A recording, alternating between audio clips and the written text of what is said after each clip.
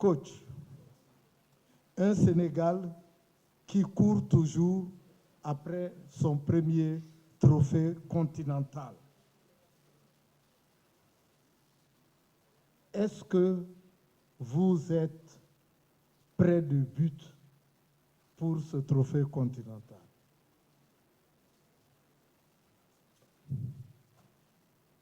Près du but, oui, dans la mesure où nous sommes en demi-finale.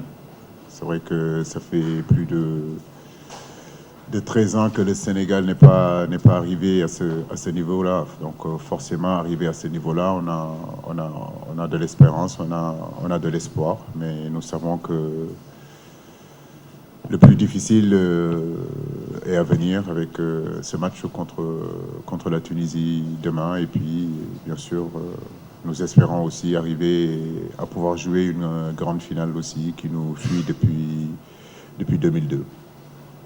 Le joueur Lamine Gassama, Alain Giresse était tout à l'heure ici. Il a l'avantage d'avoir entraîné l'équipe du Sénégal et de connaître beaucoup de cadres au sein de cette formation. Est-ce que cela représente un désavantage pour vous?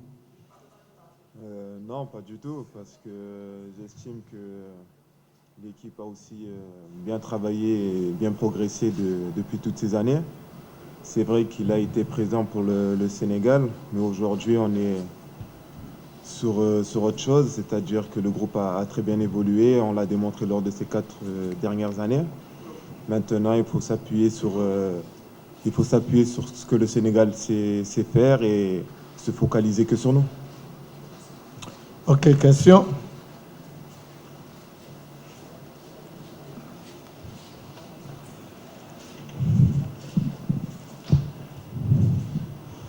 Bonjour coach. Après l'Algérie, on a vu que le Sénégal a rencontré des équipes beaucoup plus physiques. Par rapport à ce match, la Tunisie, on a entendu le coach Giresse parler tout à l'heure d'un dispositif un peu plus technique et tactique. Est-ce que le sélectionneur va changer son dispositif pour demain?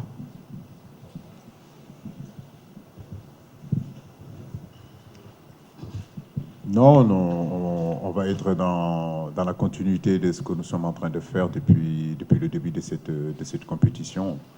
Je crois que effectivement, on a joué des équipes qui ont un profil différent de celui de la Tunisie. Maintenant, comme je dis, la Tunisie effectivement est une équipe très technique, dotée d'individualité, capable de faire la différence avec le ballon. Ils ont des circuits préférentiels qu'on connaît très bien.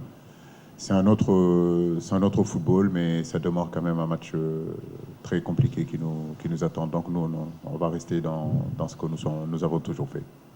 Okay. Ahmed Insi, Sport 221 Sénégal. Coach, on a noté 2 absents lors de la séance d'entraînement d'hier. Il s'agit de Mbaye Diagne et de Mbaye Niang. Est-ce que pour ce match, vous disposez de tout l'effectif? Merci. Oui, nous disposons de tout l'effectif. Mbaye Niang sera de retour cet après-midi, ainsi que Mbaye Diagne.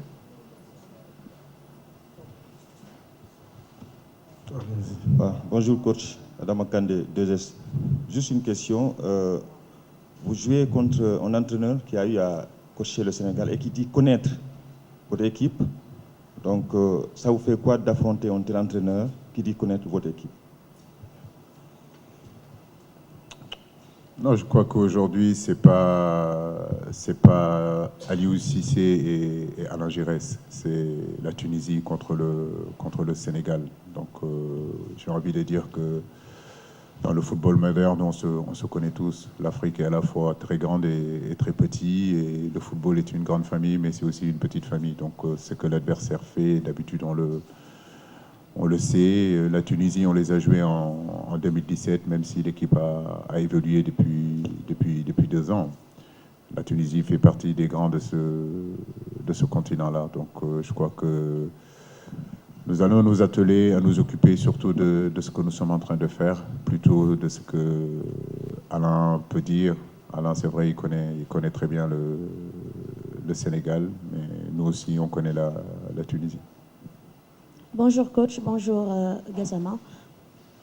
Alors, le Sénégal qui va jouer encore une fois une équipe maghrébine, on a tendance à dire que, entre guillemets, les équipes maghrébines sont les bêtes noires du Sénégal. Pour ce match, comment est-ce que vous comptez l'aborder? Et aussi,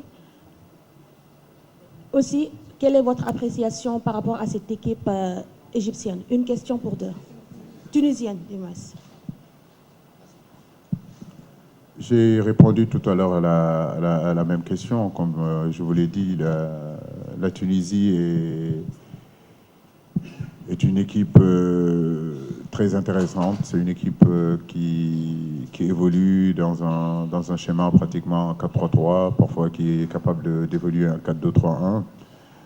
Je crois qu'ils ont eu un début un peu difficile, mais à l'arrivée, ils sont en demi-finale. Donc c'est une équipe qu'on respecte énormément. Ils maîtrisent les circuits, les sorties de ballon, et puis ils ont des garçons comme Kazri, des garçons comme Msaki, Kesni, et surtout Sassi dans le milieu, capable aussi d'avoir beaucoup de créativité. Yacine Meria, c'est un garçon intéressant derrière aussi, capable sur la première relance de faire jouer son équipe. Donc c'est une équipe, comme je dis, qu'on respecte énormément. Yeah, hello coach. My name is Roman Osman from the Daily Mirror. Please wait. Yacine. Yeah. C'est vrai que la Tunisie a beaucoup de joueurs de qualité. Après, ils sont aussi bons techniquement. Et ils sont aussi très bons sur les phases arrêtées, donc il va falloir être très vigilant. C'est une équipe qu'on connaît maintenant. J'estime qu'il, même si Alain Giresse est venu entraîner le Sénégal, il connaît très bien le football sénégalais, mais on n'a pas besoin d'être sélectionneur d'une nation pour bien connaître les joueurs qui y jouent. Je pense que nous aussi on connaît très bien ces joueurs tunisiens, et il va falloir justement bien s'appuyer sur nos connaissances pour leur poser un maximum de problèmes. Yeah. Hello coach, my name is Roman from the Daily Mirror in the UK. I've got two questions all on Sadio. Now, since he signed for Liverpool in 2006, and how impressed have you been with him? And how much of that credit do you give to Jürgen Klopp for his development? Oui, l'évolution de Sadio Mané depuis 2 ans à Liverpool est juste phénoménale. Mais bon, cela ne m'étonne pas. Je crois que c'est un garçon qui était en Autriche. Pas à pas, il a atteint à ce niveau-là. C'est un garçon qui travaille beaucoup. Aujourd'hui, arrivé à ce niveau-là, je trouve que c'est juste normal. Il a encore une marge de progression, il n'a que 27 ans. Maintenant, sur l'évolution que Klopp lui apporte, j'ai envie de dire que c'est l'ensemble des autres entraîneurs, que ce soit des générations foot où il a été formé, de Metz en Autriche, Southampton. Il a dû rencontrer de très grands entraîneurs qui l'ont aidé à progresser et à arriver à ce niveau-là. C'est vrai qu'aujourd'hui, Klopp arrive à tirer le maximum de lui à Liverpool. Tant mieux pour Sadio et tant mieux pour Liverpool. OK, who's got the mic? Moi, Attendez, ça va d'abord. Bonjour coach, Nafa Benachour, Bein Sport. Coach, vous étiez près de réaliser le rêve du peuple sénégalais en 2002. Vous étiez capitaine, vous avez joué votre première finale, mais malheureusement, vous n'avez pas remporté le titre. Maintenant, à 2 pas de tenter avoir le titre, certainement vous êtes motivé, vous étiez capitaine, maintenant entraîneur, et ça reste toujours un rêve qui n'était pas réalisé par rapport au peuple sénégalais. Certainement, vous voulez le faire cette année. Oui, c'est un rêve. C'est pas seulement le rêve de Aliou Cissé, c'est le rêve de tout un peuple. Oui, bien sûr, depuis les indépendances jusqu'à présent, le Sénégal n'a pas gagné de Coupe d'Afrique. Donc en 2002, effectivement, on était à deux doigts de l'emporter, ça ne s'est pas fait. Nous espérons que cette année sera la bonne. Mais comme je l'ai dit, vous avez dit, on est à deux pas. Donc deux pas, c'est à la fois long et court.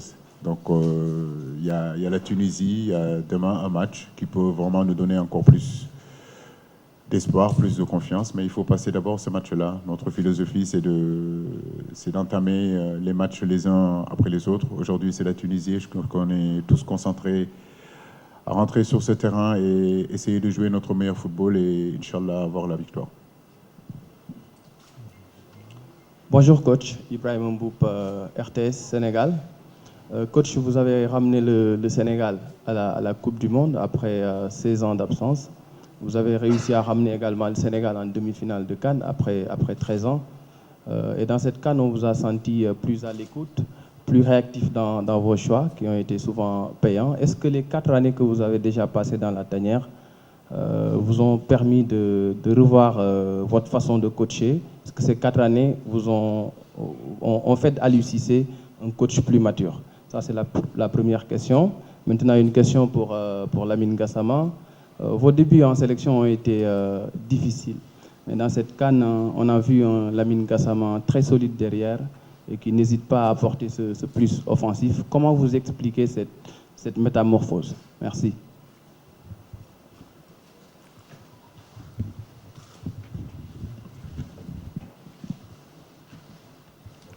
Forcément, le Aliou Cissé de 2015 n'est pas le Aliou Cissé de 2019. Donc 5 années se sont passées. J'ai envie de dire, j'ai toujours été à l'écoute. Aujourd'hui, j'ai un staff exceptionnel. J'en profite pour les féliciter. J'ai autour de moi des gens qui connaissent le football, à qui j'ai des discussions, j'ai des échanges. Donc je suis quelqu'un qui échange énormément avec mon staff. Maintenant, comme je dis, il faut évoluer sur beaucoup de choses, mais tout en gardant aussi ses principes, tout en gardant ses convictions. En réalité, ce qui se passe dans l'équipe nationale, dans ce groupe-là, personne ne peut le connaître mieux que moi. Il y a des choses que vous ne maîtrisez pas, il y a des choses que vous ne savez pas. Peut-être que vous avez des retours, chacun peut venir vous donner des informations, mais la juste information, il n'y a que moi qui peux vous le donner, parce que ces garçons-là, je suis avec eux depuis 2011, pas seulement depuis 2015. Certains d'entre eux, j'ai joué avec feu Karim Sékou Diouf les Jeux Olympiques avec eux. D'autres, je les ai fait venir dans cette équipe nationale, comme les Baldé, les Koulibaly, etc. Donc, c'est des garçons que je connais très bien. Donc, j'ai envie de dire que les relations que j'ai avec eux, ce sont des relations qu'il n'y a que moi qui peux vous dire comment ça se passe. Ma façon de manager, ma façon d'être avec les garçons n'a pas changé. Donc, j'ai un discours honnête, j'ai des choix honnêtes. Après, comme je dis, chacun peut interpréter les choses comme il le veut. Mais dans l'ensemble, je crois que le groupe a toujours bien vécu, même si par moments, il y a des sorties de certains joueurs ou bien des interprétations de votre part. Mais si vous voulez savoir vraiment ce qui s'y passe, demandez-moi. Donc, non, rien n'a changé sur ma façon de fonctionner. Il y a beaucoup de, j'ai envie de dire, on raconte beaucoup de choses dans cette équipe nationale. Donc, mais croyez-moi, ma façon de faire n'a pas changé. Je suis juste avec eux. J'ai énormément de respect avec eux. Ils me respectent. C'est des grands professionnels. J'ai eu la chance de jouer 17 ans au football professionnel. Donc je connais un tout petit peu quand même le monde du football professionnel. Ils savent qu'ils ont des droits, mais ils ont plus de devoirs que de droits. Donc à partir de là, tout se passe plutôt bien. Maintenant, l'équipe a évolué, les mentalités ont évolué, l'état d'esprit a évolué. Surtout l'état d'esprit, j'y tiens, parce que c'est important. Sans état d'esprit, on ne peut rien faire. Comme je dis, le talent ne pourra pas tout régler. Il faut un minimum de respect de l'institution, le respect des sélectionneurs, le respect du cadre qu'on est en train de mettre en place. Et dans ce cadre-là, si on n'y est pas, il est difficile de réaliser quelque chose. Donc, j'ai envie de dire que nous sommes sur un chemin intéressant. Il faut qu'on continue comme ça. Bonjour coach.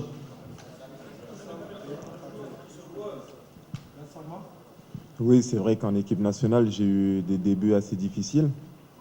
Mais après, ce que je peux dire, c'est que certaines critiques m'ont fait grandir et progresser. Et c'est sans doute aussi grâce à ma partenaire que j'ai pu m'exprimer, parce qu'ils ont toujours eu cette confiance en moi.